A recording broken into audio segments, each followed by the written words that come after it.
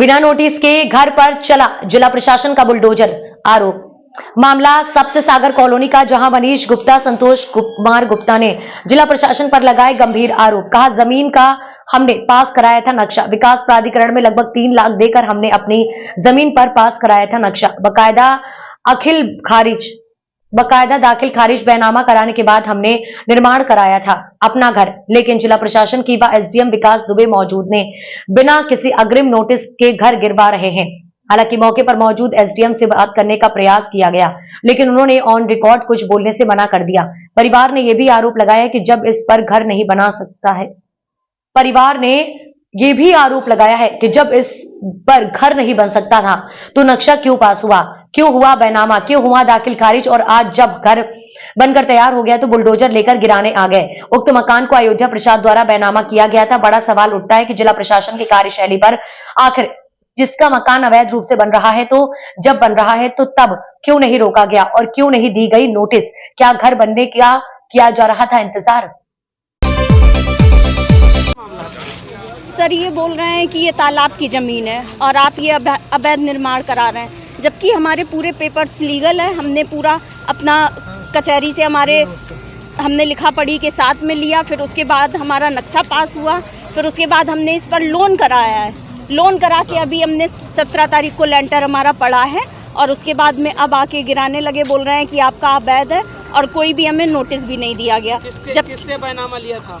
बैनामा हमने अयोध्या प्रसाद जी से। अयोध्या प्रसाद का पूरा कहाँ के रहने वाले हैं? अयोध्या प्रसाद ये नया घाट पे, शायद राम की पैड़ी पे जी। तो इस पर जो है जो गिराने आए हैं, क्या कोई आगामी नोटिस आपको मिली है? नहीं, कोई नोटिस नहीं मिला। ये तो हमें पता चला अभी कि यहाँ पर गिराया जा रहा है, तो फ़ोन गया एक लोगों का, तो हम लोग दौड़ कर आए देखने, तो पता चला कि यहाँ पर गिराने की तैयारी कर रहे हैं। काफ़ी कहा कि मत गिराइए, हमारे पेपर्स देख लीजिए, हमारे पेपर्स सारे हैं, हमारे पास सारे डॉक्यूमेंट्स हैं, हमने सारा नक्शा पूरी प्रोसेस से हमने करवाया है, कोई हमने इलीगल काम नहीं किया।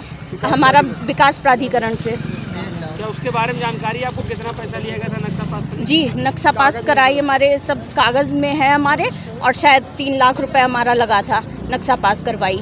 अयोध्या प्रसाद जी से आपने जमीन खरीदी थी, बैनामा रजिस्ट्री सब हो गया? जी, सारा बैनामा हमने कोर्ट से जाकर करवाया।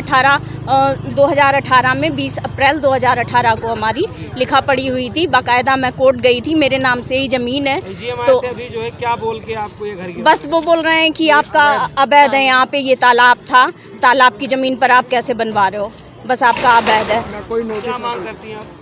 जी, मांग क्या करती हैं आप? क्या होना चाहिए? मांग यही कि जब हमारे सारे पेपर हैं, कैसे फिर हम लिखा पढ़ी कैसे इस ज़मीन की हो गई, कोर्ट से कैसे लिखा पढ़ी हुई, फिर उसके बाद हमारा नक्शा कैसे पास हो गया, नक्शा पास होने के बाद फिर हम दाखिल खारिज हुआ, सब कुछ हुआ, फिर हमारा लोन भी हमने इस पर करवाया, लोन हमारा कैसे पास हो गया। सारी सरकारी प्रोसेस से हमने सारा इलीगल कोई काम नहीं किया, सारा लीगल तरीके से किया है, तो फिर किस तरीके से ये सारा सब कुछ हुआ?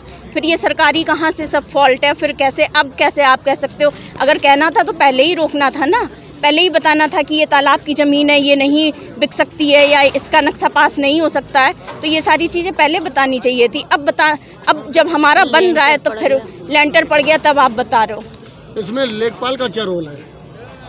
लेखपाल का वो तो यही बोल रहे हैं, नहीं पता होता है ना कि लेखपाल को भी दिखाना चाहिए।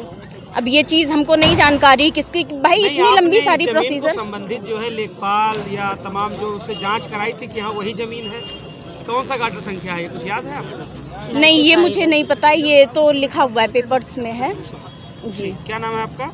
मनीषा गुप्ता।